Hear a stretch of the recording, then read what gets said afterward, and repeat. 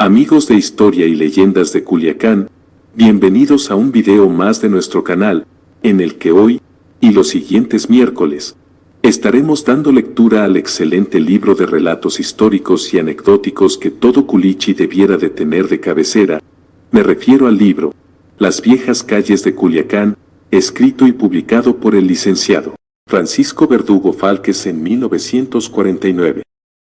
El cual, por cierto, primero lo publicó en forma de folletín, en las columnas del periódico ya desaparecido desde hace muchos años, La Voz de Sinaloa.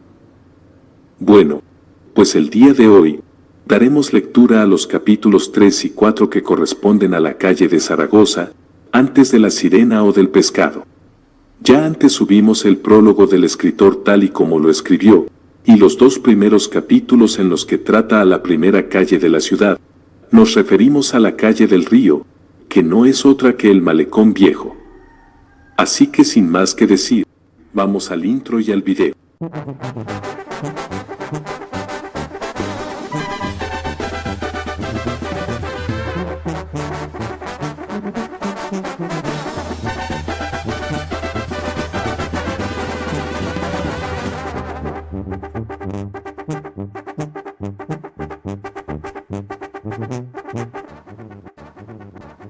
La primera calle formal, subiendo del río al centro de la ciudad, fue y es todavía una calle cerrada al oriente, por propiedades particulares con frente a la hoy avenida Álvaro Obregón, y al poniente, por el predio de la escuela bautizada con el mismo nombre del vencedor de Celaya, en la avenida que baja por el lado oriente de la Plaza Rosales al Paseo Humaya. Ha habido el propósito de prolongar la calle al oriente de su terminación, pero para lograrlo, habría que expropiar ahora valiosas propiedades de particulares y cortar por su mitad más adelante el edificio de la penitenciaría o cárcel local, lo que no deja de tener sus bemoles. Más factible es, seguramente, el proyecto, que también se prospecta, de la prolongación del malecón por la orilla del río, hacia aquel rumbo, lo que engrandecería considerablemente el llamado Paseo Humaya, hoy de los Niños Héroes, sin los graves inconvenientes de la obra anteriormente aludida. La calle denominada hoy de Zaragoza, fue conocida anteriormente por del Pescado o de la Sirena, viniendo el primer nombre, posiblemente, de su proximidad al río, y el segundo, de un establecimiento por aquel rumbo, en su origen primitivamente cantina, que, junto con su denominación, ostentaba la figura de una sirena meciéndose en el líquido elemento. La vía que limita a la calle Zaragoza por el oriente se conocía, en su tramo extremo hacia el río, por la calle del Puente, denominación que le vino seguramente del actual puente, en construcción desde los 800, o de algún otro puente provisional o paso que en aquel lugar hubiera. Por curiosidad deseamos apuntar aquí los cambios de nombres de toda esa avenida, que hoy cierra al oriente la calle Zaragoza. A lo que recordamos, esa calle se llamaba del 5 de Mayo, seguramente así bautizada en la impresión de la batalla de ese día contra los franceses en Puebla. Después se le denominó Avenida Martínez de Castro, en loor del gobernante de ese nombre en aquellos días. Después todavía, fue llamada 20 de noviembre, en recuerdo del día del estallido de la Revolución del señor Madero. Y por último, se le cambió de nombre por el de Álvaro Obregón, en los días en que la impresión oficial se estremecía por el asesinato de aquel caudillo. Toda nuestra política reflejándose, como en un espejo, en la nomenclatura de nuestra más hermosa rúa citadina.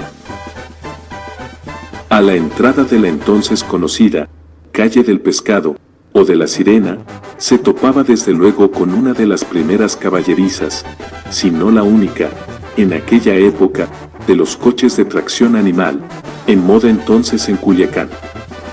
El encargado de ella, en posterior fecha y al mismo tiempo cochero de su servicio desde su juventud, era un señor Ibarra, hombre popular, si los hay, y tan honestamente discreto, que nunca por él llegó a saberse de las juergas corridas por viejos o jóvenes, bajo la hábil dirección de sus riendas.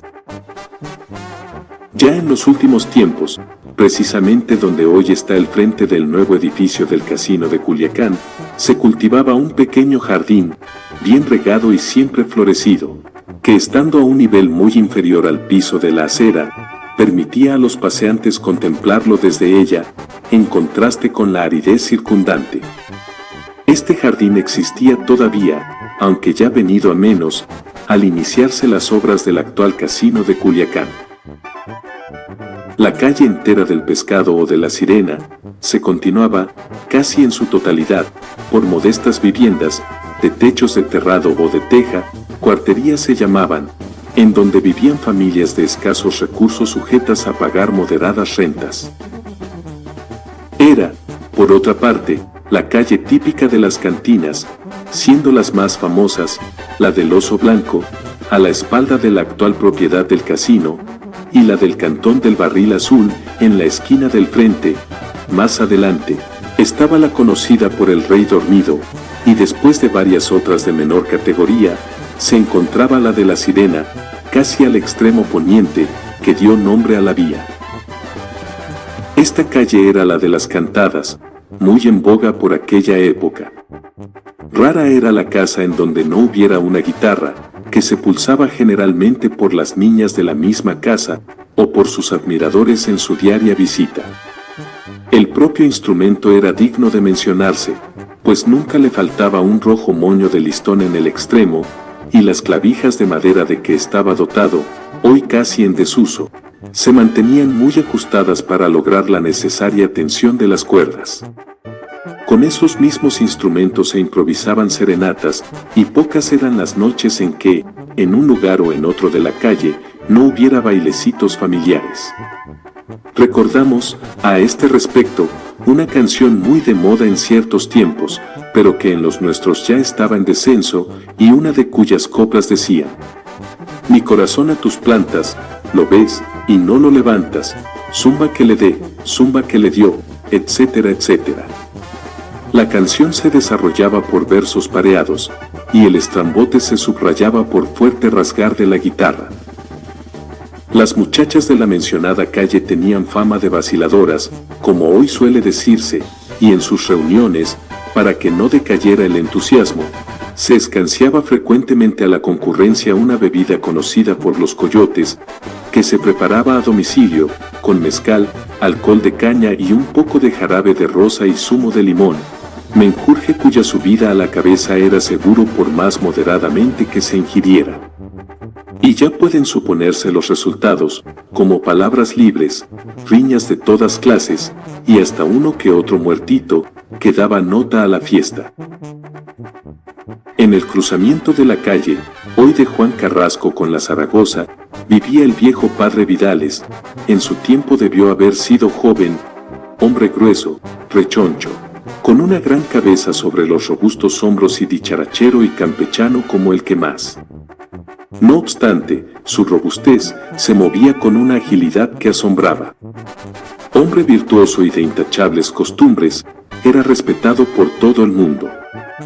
Las buenas madres cristianas llevaban a sus críos, ya en camino de travesuras, como al oscurecer, a confesarse con el sacerdote. El buen padre siempre estaba dispuesto al servicio. Acércate, hijo, di tus pecados, adelantaba brevemente al sentarse. Entre vacilaciones y rubores, los penitentes iban confesando, como podían, sus culpas. A las 2 o 3 desembuchadas, el padre interrumpía. Ya sé, hijo, lo que me vas a confesar, no necesitas decírmelo. Está bien, ya es bastante. Y sin más ni más, daba brevemente su bendición, con gran contento de los penitentes. Los domingos decía el padre Vidales misa en el templo que distaba algunas cuadras de su domicilio. A la hora señalada, salía medio vistiéndose de su casa con paso rápido y menudo. En el tránsito se le reunían fieles con no menos apresuramiento. Al llegar al templo el sacerdote se medio revestía con la misma premura con que lo hacía todo. Decía en la misa todos los latines, que sabía de memoria, y el servicio quedaba despachado en un cuarto de hora. La misa del padre Vidales era el encanto de los jóvenes de uno y otro sexo, amanecidos en el último baile. El padre Vidales murió ya muy anciano, y se dice que en olor de santidad. Hacia el cruzamiento de la avenida Hoy Morelos y la calle Zaragoza, existía lo que se llamaba la Casa de Beneficencia, vieja casona en verdad, en donde se alojaba todo lo que en la ciudad era gente sin ocupación. Tenía anexo, además, el molesto servicio de las pobres mujeres llamadas públicas. El Estado y el municipio concurrían a su sostenimiento, pero nunca su servicio fue satisfactorio. El edificio mismo aparecía sórdido, y al pasar frente a él, se sentía que dentro de aquellos muros toda incomodidad tenía su asiento. En el lugar donde existía la Casa de Beneficencia de Culiacán, esquina noroeste de las calles Morelos y Zaragoza, se levantan ahora edificios de moderna construcción de propiedad de particulares, sin que se conserve rastro alguno de aquella vieja institución de caridad. Capítulo 4. En el preciso crucero de la avenida Morelos sobre la calle Zaragoza, formando el ángulo suroeste, abría sus puertas, en el día y en gran parte de la noche, la popular cantina denominada El Rey Dormido. No se sabe, a buen seguro, la razón de ese nombre para tal expendio de vinos, pero lo que sí se recuerda es que ese centro de vicio gozaba de la fama de ser el más favorecido del barrio. Su propietario por largos años fue un señor de apellido Sanchírico, italiano de origen, gran encaminador de almas al consumo de su establecimiento, y por extremo, parlanchín, en una jerga mezcla de español e italiano, en la que, sin embargo, se hacía bien entender para engatusar a sus parroquianos. El negocio tenía que haber sido bueno, cuando, a la vuelta de los años, Sanchírico se ausentó, saliendo con su familia a radicarse a los Estados Unidos, de donde ya no regresó. El local que ocupaba la cantina ha sido recientemente derribado para levantar una moderna construcción. Casi enfrente de El Rey Dormido, pero un poco adelante, por la acera de enfrente con mira al sur, existía El Rebote, un lugar destinado al juego de pelota. Puede asegurarse que, en aquel tiempo, ese lugar era el único en que se hacía deporte en Culiacán, fuera de la tradicional ulama, que se jugaba, y se juega todavía, en los poblados del campo, golpeándose la gran pelota de hule puro, por los jugadores, con el cuadril, juego que se dice venir del tiempo de los indios. El lugar del rebote estaba formado por dos altos lienzos de pared, unidos en ángulo, a manera de moderno frontón, y del taste o piso que se procuraba mantener limpio y terso. La pelota se aventaba sobre la pared con la mano o con llana palmeta de madera. La concurrencia en aquel sitio era singularmente numerosa los sábados y los domingos y días festivos, y siempre hubo en ella buenos jugadores que batían el récord en su género. En tiempos recientes se distinguió como buen rebotista un señor de apellido Moncayo, quien con sus fuertes golpes hacía salvar a la pelota las altas bardas y lograba hacerla rebotar hasta el río. Moncayo tenía grandes piernas, largos brazos, y se decía también lo mismo de todas sus extremidades, lo que solía provocar, a su costa, algunos chistes picantes. Por las noches de los sábados y los domingos se convertía el lugar en rumboso salón al aire libre, donde se verificaban unos sonados bailes públicos, bailes que, por su localización misma y su deficiente alumbrado, eran las delicias de los don Juanes de la época y de las niñas de ligeros cascos. Los festejos aludidos concluían muy frecuentemente en grandes escándalos. El rebote desapareció cuando empezaron a entrar en auge los modernos deportes, importados de Norteamérica, en avance de la conquista pacífica. Por la misma acera, un poco adelante, se levanta el edificio que se conoce como de la empresa de agua. En sus principios todo aquello era lo que se llamaba una cuartería, y no fue sino a fines del pasado siglo, cuando se hizo la nueva construcción por el señor ingeniero don Carlos Escobar.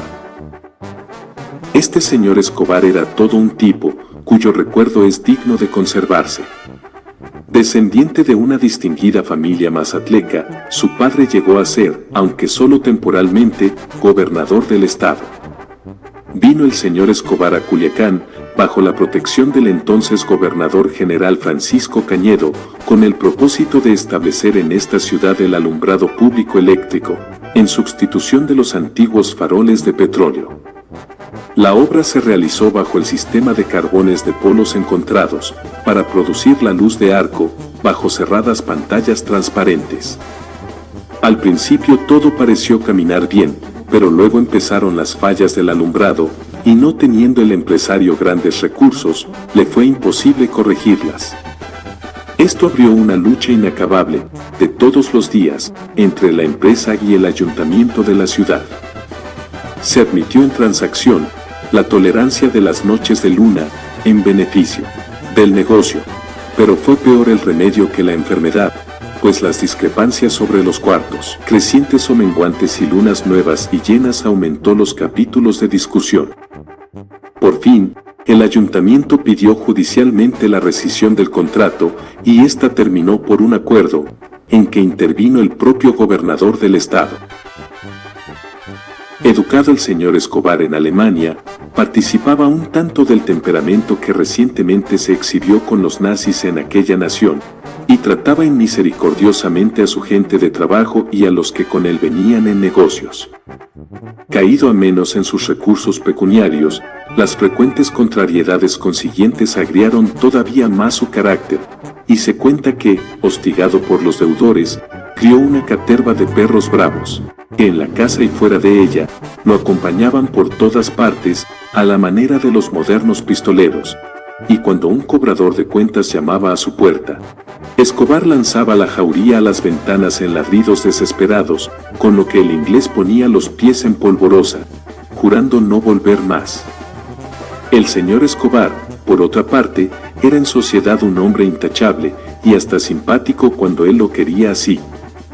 Llegó a tener fuera de matrimonio, un hijo, de nombre Chale, muchacho que gozó entre los de su camada, de extrema popularidad, y tratando de vadear a nado el Tamazula, en cierta ocasión, cuando el río alcanzaba una de sus grandes avenidas, murió ahogado en las turbulentas aguas, motivando el hecho la composición de un corrido, en aquellos días muy celebrado.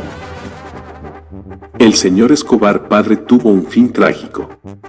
Desposeído ya de la empresa de luz, el gobierno lo nombró, como en paracaídas, colector de rentas en Capirato y Pericos, y ahí fue muerto un día, en forma violenta, seguramente por algún adolorido a quien hizo víctima de su irritable constitución.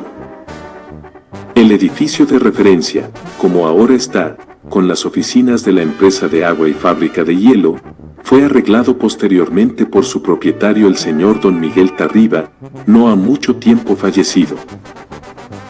Ya casi al terminar la calle Zaragoza, en la esquina en que desemboca sobre ella la actual calle Donato Guerra, estaba la cantina, La Sirena. La que, por ostentar, aparte de su propia nominación, una pintura de aquel ser mítico, dio su denominación a la vía en que ubicaba, conocida en toda su extensión con el nombre de calle de La Sirena.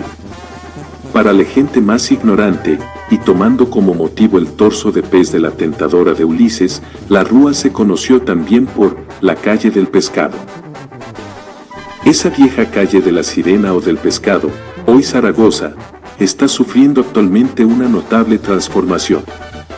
Existen todavía en ella los antiguos cuarteríos, muchos de ellos verdaderos tugurios, en explotación de miserables inquilinos. Pero paulatinamente aquellas viejas construcciones han venido siendo sustituidas por confortables y hasta elegantes residencias particulares, no inferiores a las del vecino malecón Humaya. A su longitud existen ahora, como destacados lugares, los edificios que constituyen los centros oficiales de los sindicatos de maestros y de empleados públicos, obras debidas principalmente a la prodigalidad del coronel Rodolfo de Loaiza, recientemente gobernador del estado. Más adelante, se alza el rascacielos de 6 pisos, construido por el señor Santiago Gagiola, y aunque todavía el edificio está inconcluso, es actualmente el más elevado de la ciudad. Y al término de la calle Al oriente, se encuentra el flamante centro social denominado Casino de Culiacán, que no obstante sus reconocidas deficiencias, es, hoy por hoy, uno de los mejores en su género en el noroeste de la República.